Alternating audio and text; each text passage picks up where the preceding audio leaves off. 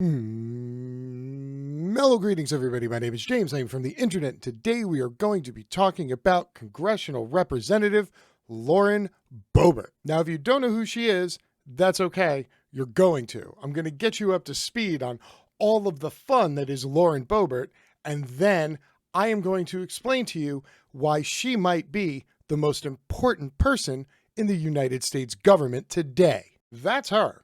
And if you're asking yourself, why is a congressional representative walking around with a pitcher of iced tea and a Glock in the middle of what appears to be some sort of country diner? Well, I'm going to explain that as well.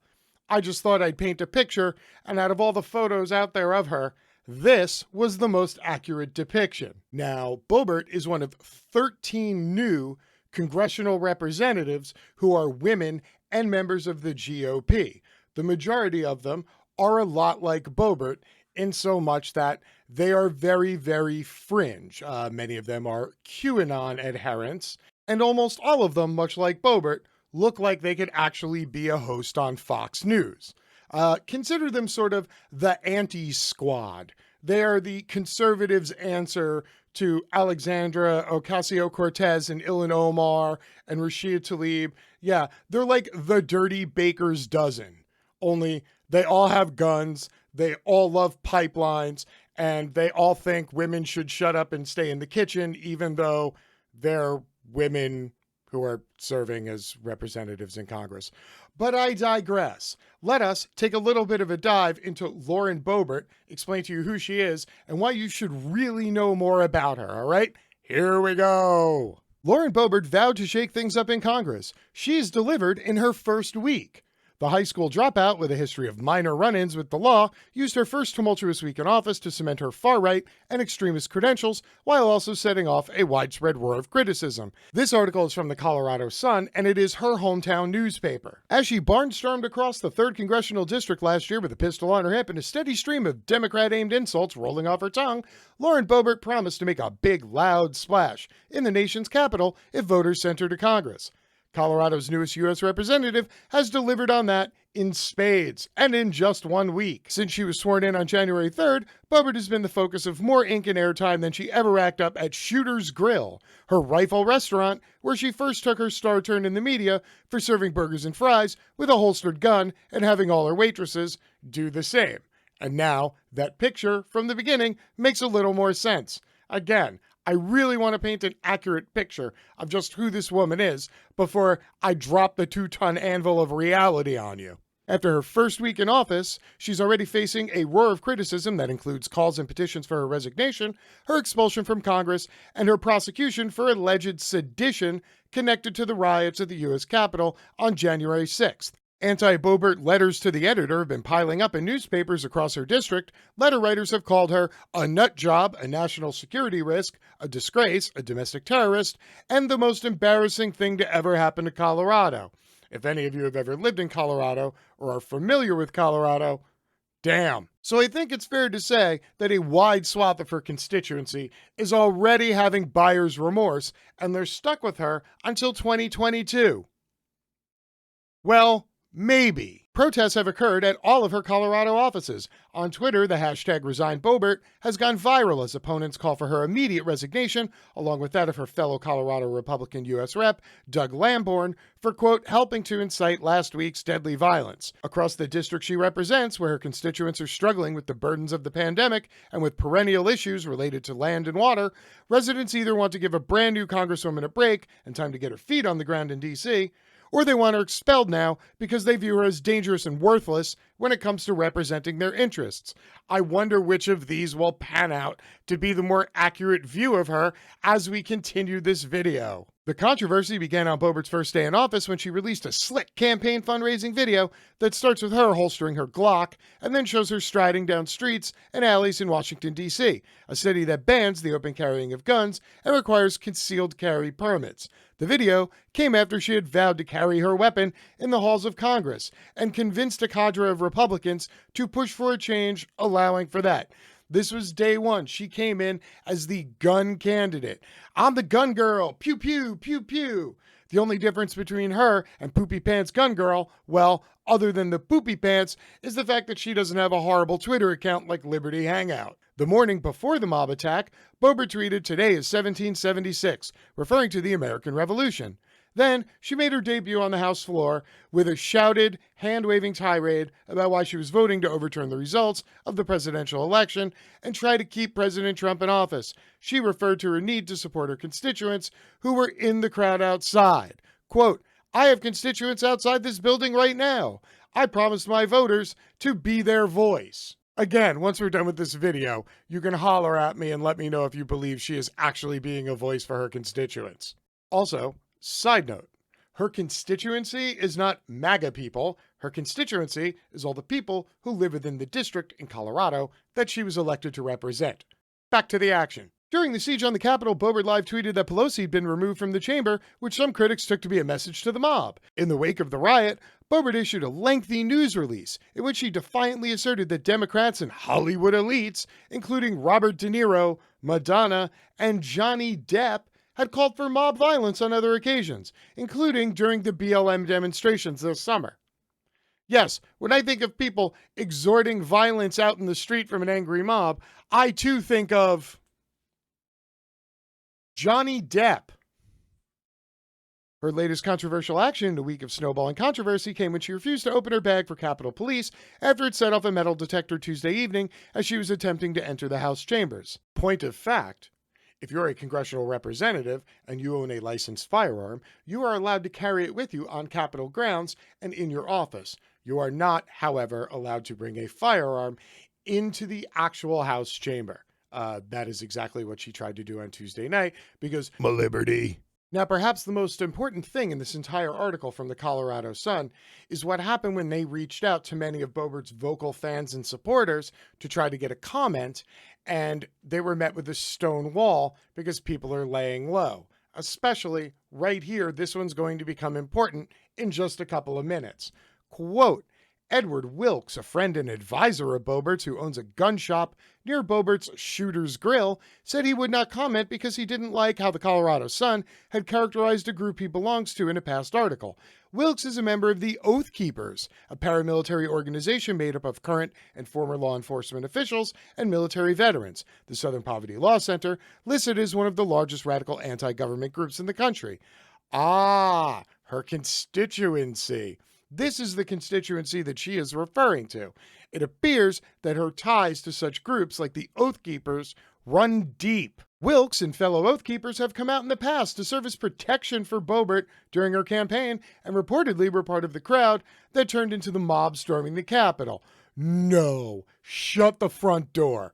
I'm shocked. I'm not really shocked, I promise. Boebert's mother, Sean Bentz, did not respond to a Facebook message asking for comment about her daughter's first week in office. Bentz, who is an open supporter of QAnon on social media, went to Washington with her daughter for her swearing-in ceremony.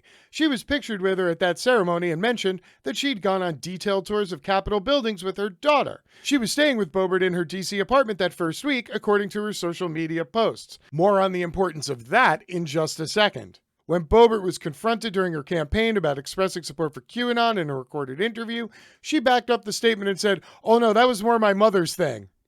Okay, so why exactly is Lauren Boebert so goddamn important to everything that's going on right now? Well, originally, after the insurrectionists stormed the Capitol building, there was talk that Boebert had taken members of the Oath Keepers and other groups on a guided tour of the House the day before the insurrection, supposedly on a scouting mission. Well, it turns out somebody finally confirmed that that shit happened, who wasn't just Boebert's crazy mother, who already said that her daughter gave her and other people guided tours of the House, even though Boebert has said the entire week she's been far too busy to do any such thing. Rep. Steve Cohen confirms that Lauren Boebert gave a large tour prior to the attack on the Capitol. I want to ask you about something specific, because several of your colleagues have alleged that the rioters may have received inside help, including raising the prospect of tours conducted or with the okay of fellow sitting members of Congress. This is quite a charge to make. Have you seen any hard evidence to substantiate that allegation? Only thing that I've seen, Congressman Yarmouth refreshed my recollection yesterday. We saw Congressman Boebert taking a group of people for a tour sometime after the 3rd and before the 6th. I don't remember the day. We were walking in a tunnel. We saw her and commented who she was, and she had a large group with her.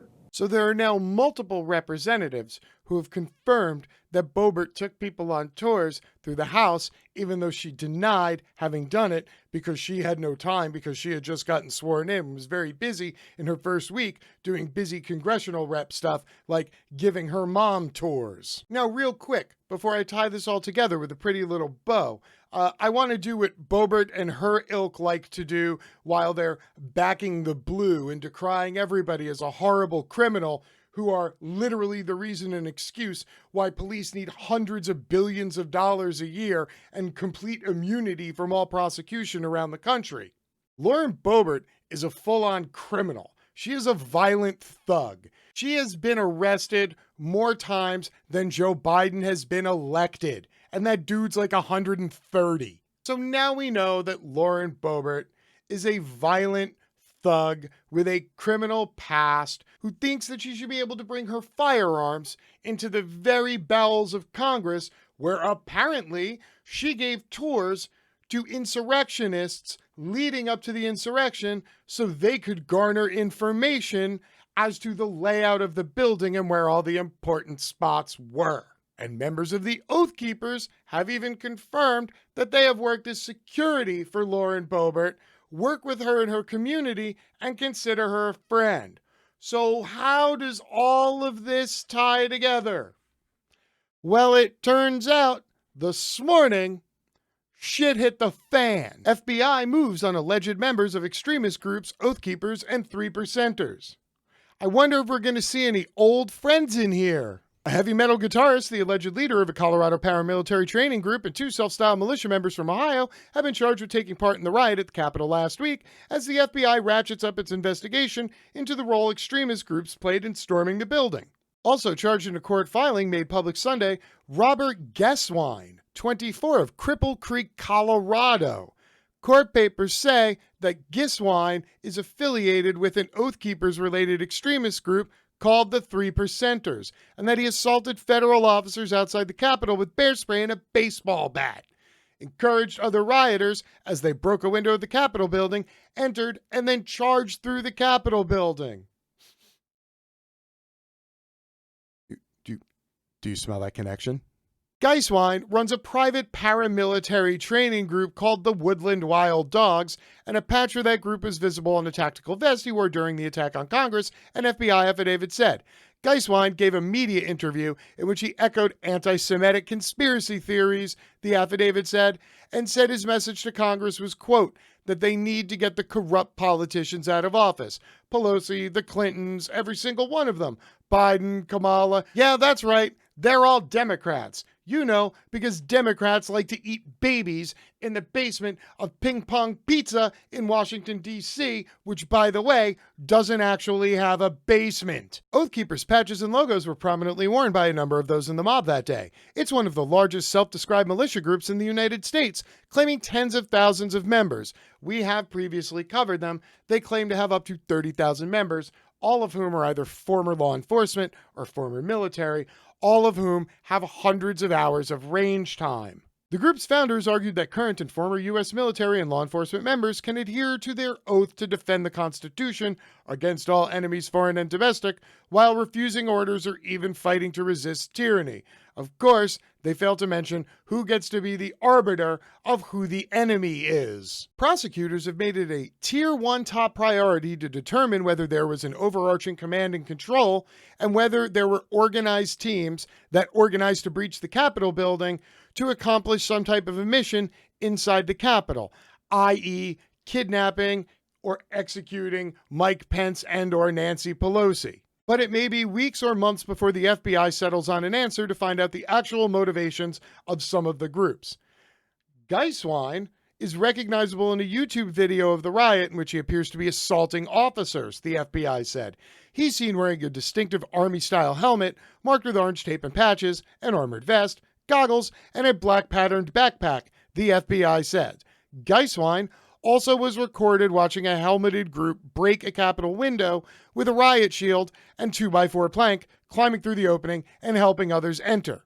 Well, it turns out that our friend Geiswine, this is him right here, well, he is from Colorado. He's a friend of Lauren Boebert's.